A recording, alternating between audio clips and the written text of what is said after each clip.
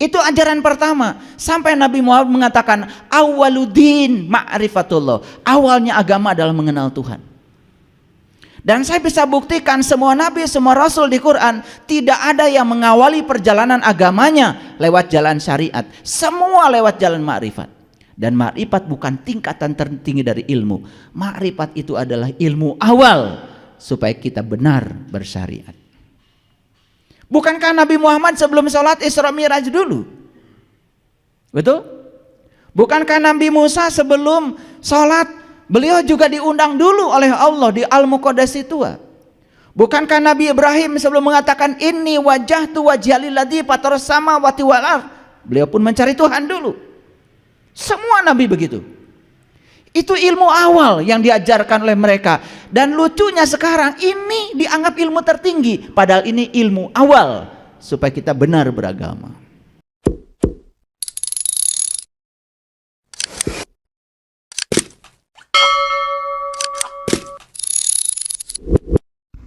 Katakanlah Muhammad, aku ini hanya seorang manusia biasa seperti kamu yang diwahyukan kepadaku dari Tuhan Yang Maha Esa. Semua gelap gulita. Dalam kegelapan itu datang kegelapan-kegelapan baru. Anak kita salah dihukum, anak kita tidak bisa dihukum, seragam keluar sedikit dihukum, dan semua harus seragam.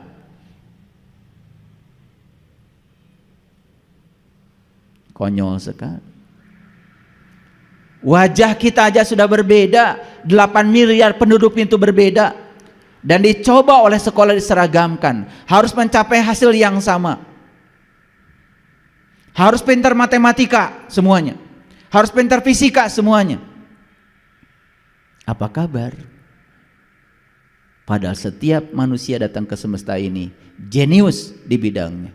Harusnya arahkan setiap anak untuk menemukan dia jenius di bidangnya.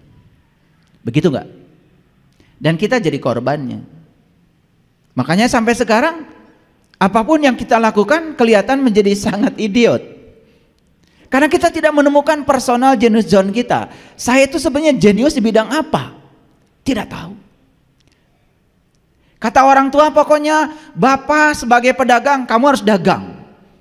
Bapak dokter, kamu harus dokter. Bapak insinyur, kamu harus insinyur. Bapaknya tukang gali, kamu harus jadi tukang gali juga.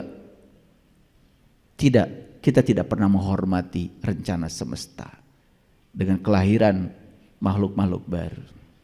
Dan ketidaksadaran ini terus-menerus seperti itu. Begitu anak kecil, langsung dikasih baju ini, baju itu. Kasih atribut ini, atribut ini. Titipkan pada ibu ini, bapak ini. Disuruh menghafal ini, menghafal itu. Dan kalau sudah hafal, kita bangga sebagai orang tua. Padahal hafalan tidak akan berkontribusi kepada akhlak. Hafalan tidak akan berkontribusi pada kesadaran. Mengingat itu keterampilan berpikir paling rendah. Dari 6 keterampilan berpikir yang diriset oleh para psikolog, mengingat itu keterampilan berpikir yang paling rendah. Naik sedikit namanya memahami. Memahami pun ada 3 dimensi. Ada memahami secara interpretasi, ada memahami secara translasi, ada memahami secara ekstrapolasi. Naik sedikit di atas itu ada yang namanya menerapkan. Menerapkan yang dia pahami dalam kehidupan. Naik sedikit dia sudah mulai plan do see, merencanakan, melakukan, refleksi, mengamati. Itu namanya analisis. Di atas itu ada lagi yang namanya mengevaluasi. Di atas itu ada lagi yang namanya mensintesa. Sehingga pengetahuan yang didapat itu diekstrak menjadi terkristalisasi, menjadi akhlak, menjadi pribadi. Itu apa tidak kita belajar? Telah ada pada diri Rasulullah itu suri teladan yang baik bagimu. Bahasa yang digunakan pun masih, kalau orang Sunda bilang, ujang nyai gerang ngapalkeun. Dan ngapalkan dianggap belajar coba. Kalau anak sudah pegang buku, lihat buku ke atas, lihat buku ke atas. Oh, anak saya sedang ngapalkan. Itu dianggap belajar. Dan kita orang tuanya bangga karena ketidaktahuan. Padahal tidak berkembang sama sekali keterampilan berpikirnya. Selesai dia belajar, bingung cari kerja. Selesai belajar, hanya menjadi orang-orang yang menggantungkan hidupnya pada orang lain, menyiapkan masa depan orang lain, tidak menyiapkan masa depan dirinya. Saya waktu masih memegang jabatan tertentu, hampir tiap hari saya menerima lamaran, yang S1, yang S2, yang S3 melamar, semua menjadi pelamar. Tidak ada yang menjadi dirinya sendiri. Padahal bekerja di orang lain menyiapkan masa depan orang. Kalau bekerja sendiri, walaupun hasilnya cuma 100.000 satu minggu, tetap aja direktur. Betul atau tidak? Oke, hari ini kita akan belajar kesadaran. Lanjutan dari yang kemarin. Kenapa saya setiap kali mau ngasih kajian, saya selalu minta dihubungkan ke alam tinggi. Dalam hening saya membaca subhanaka la ilma lana illa ma 'allamtana innaka antal alimul hakim. Karena saya tidak bisa apa-apa, saya tidak tahu apa-apa, saya tidak punya apa-apa, saya bukan siapa-siapa. Saya serahkan diri saya seutuhnya supaya apa yang saya sampaikan bukan pikiran saya, bukan hawa nafsu saya, tetapi pikiran dan keinginan Sang Pencipta yang merencanakan kita semua.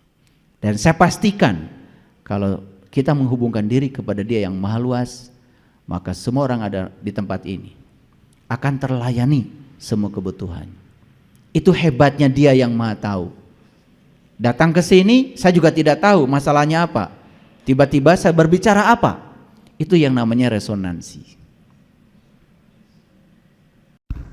Maha suci Engkau, tidak ada yang kami ketahui selain dari apa yang telah Engkau ajarkan kepada kami. Dibangkitkan kecerdasan. Oleh karena itu, kita bersyukur berada di sini. Mari kita puji Dia bersama-sama membaca hamdalah. Alhamdulillahirabbil alamin. Mari kita awali kajian kesadaran ini bersama-sama memohon ridho dan berkah Allah seraya membaca basmalah. Bismillahirrahmanirrahim.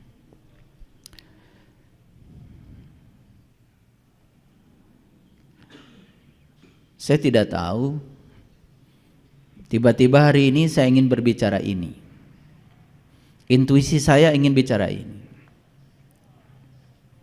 Kita sering sekali mendengarkan kata-kata dari orang biasanya yang mau ceramah, mau nasihatin orang lain, biasanya pakai statement sampaikan walaupun satu ayat.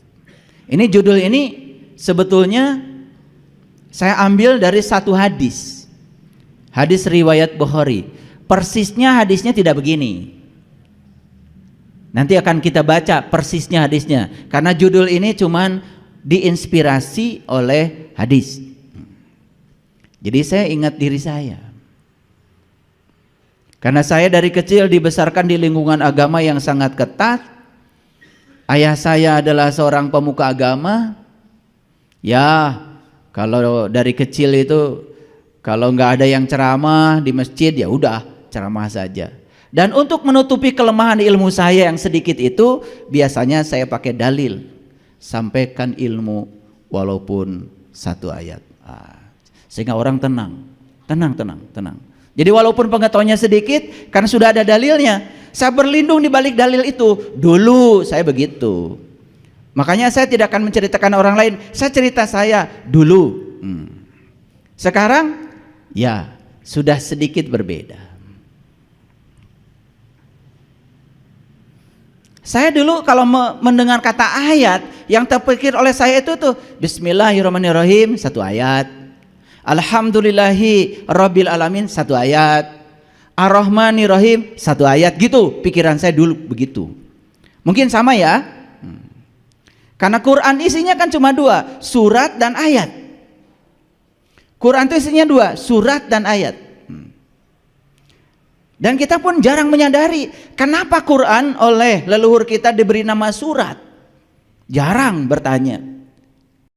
Dialah Allah yang mengetahui yang baik dan yang nyata. Dialah yang Maha Pengasih, Maha Penyayang.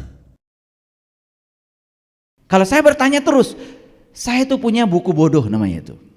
Jadi buku bodoh itu daftar pertanyaan saya. Apa saya yang kelihatan saya tanya itu. Hujan saya tulis. Kabut saya tulis. Bahkan ada mobil tulisan di situ 16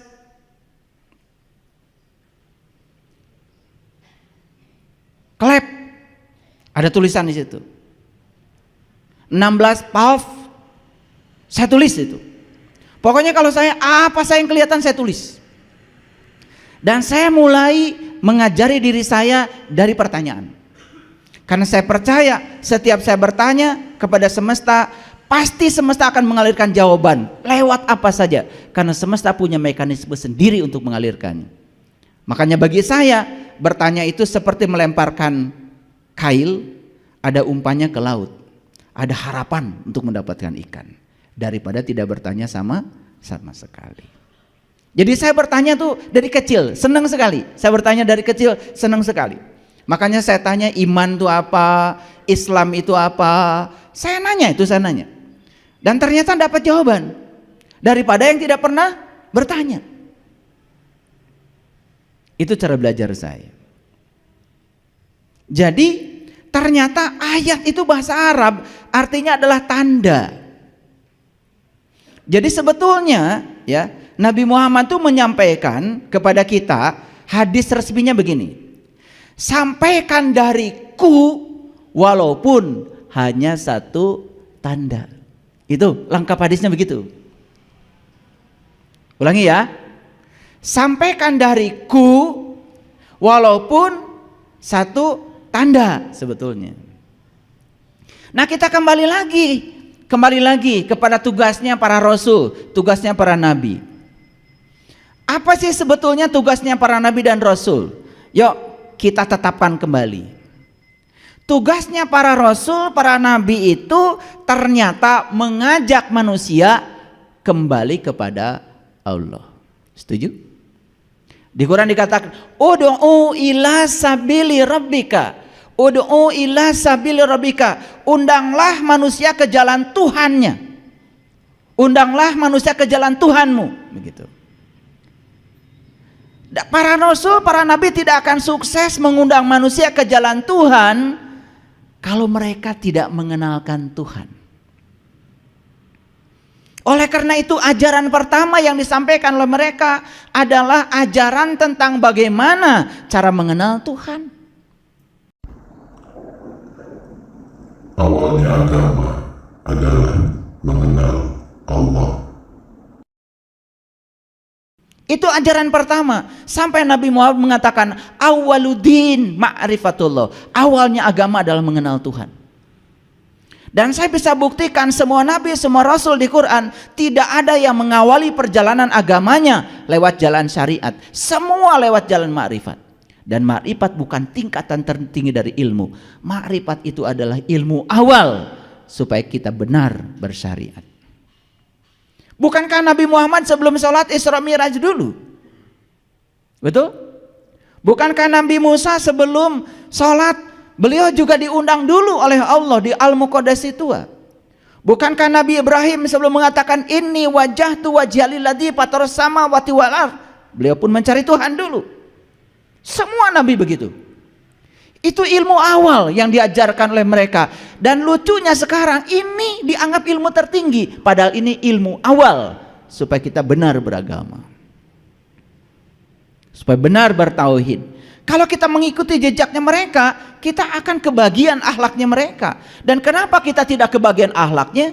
Karena terbalik belajarnya. Jadi sampaikan dariku walaupun satu tanda. Clear? Oke. Nah, ini dipahami secara dangkal.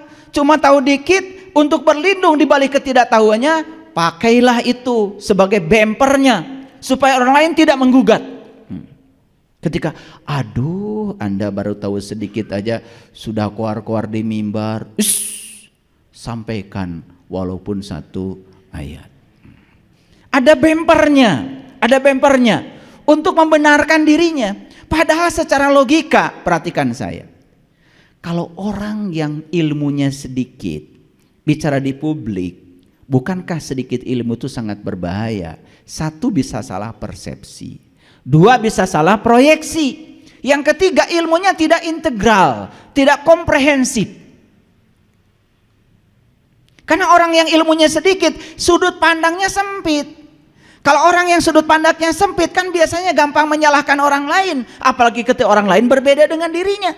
Makanya lihat ciri orang yang sempit ilmunya, apapun gelarnya, kalau bagi saya, kalau masih menyalahkan orang lain, sebetulnya itu tanda belum kemana-mana gitu.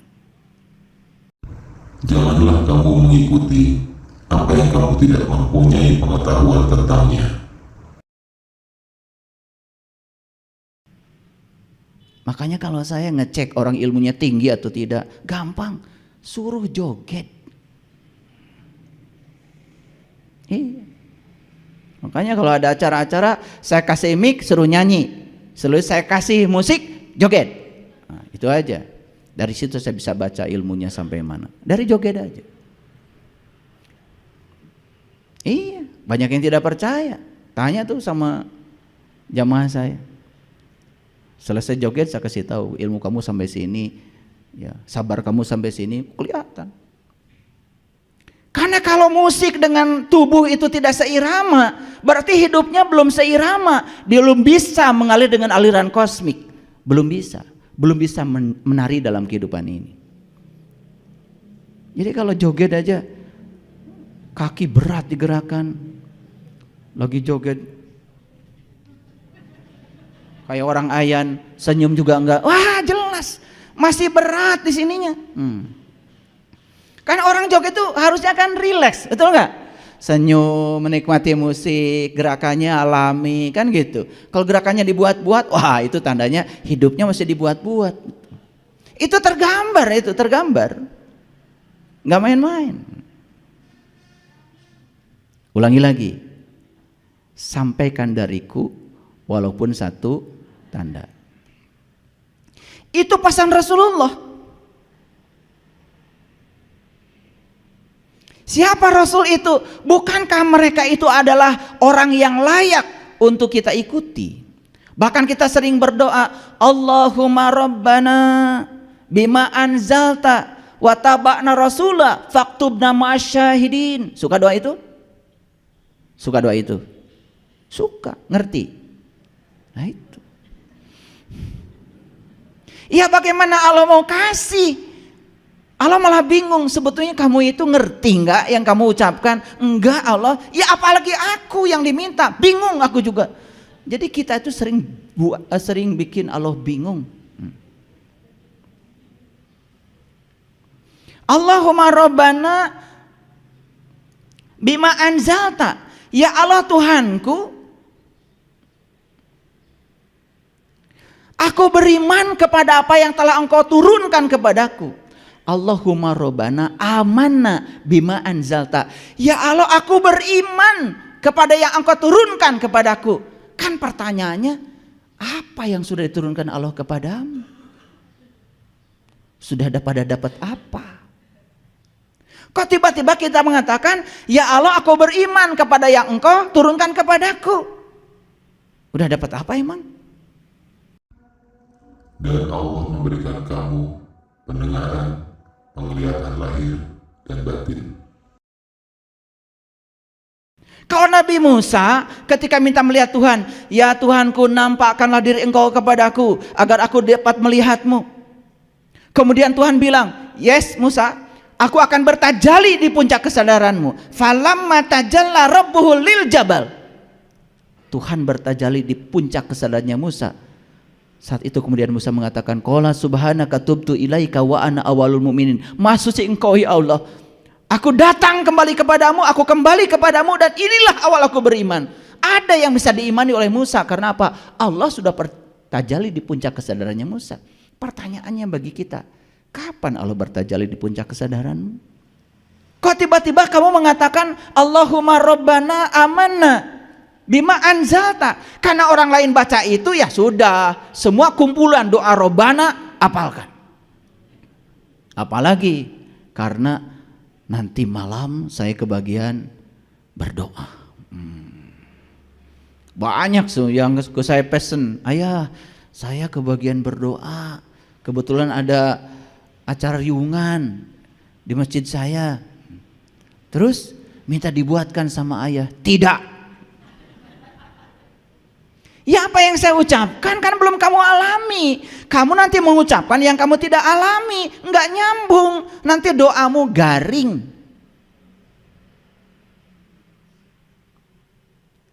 Allahumma rabbana amanna bima anzalta wa taba'na rasulah faktubna ma'as syahidin. Aku adalah pengikut para rasul, dan jadikanlah aku orang-orang yang selalu menyaksikan.